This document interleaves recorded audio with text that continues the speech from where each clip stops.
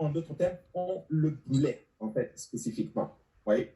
On le brûlait. Et nous devons comprendre vraiment ces choses-là. L'autel des holocaustes. C'était un lieu de sacrifice. C'était un lieu de mort. C'était un lieu de souffrance spécifiquement.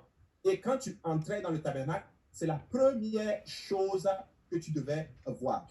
Quelqu'un ouvre sa Bible, il va dans Lévitique chapitre 17, verset 11.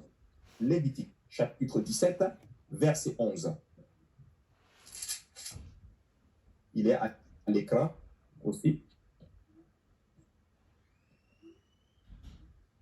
Lévitique chapitre 17, verset 11. Si quelqu'un peut le lire, s'il vous plaît.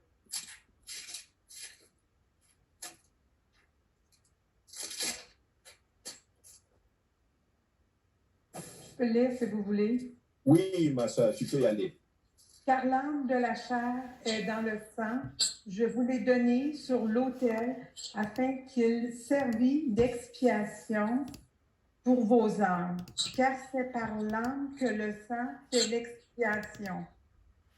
Alléluia. Oui, c'est bon, ma soeur. Ok. Car c'est par l'âme que le sang fait l'expiation.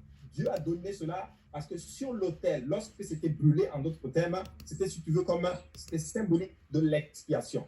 Qu'est-ce que je veux dire par là? Vu que c'était un lieu de mort, un lieu où l'animal était brûlé, aujourd'hui, ça représente notre repentance à nous. Pour dire ceci, que pour arriver à la présence de Dieu, nous devons d'abord nous repentir. Nous devons avoir une vie de repentance.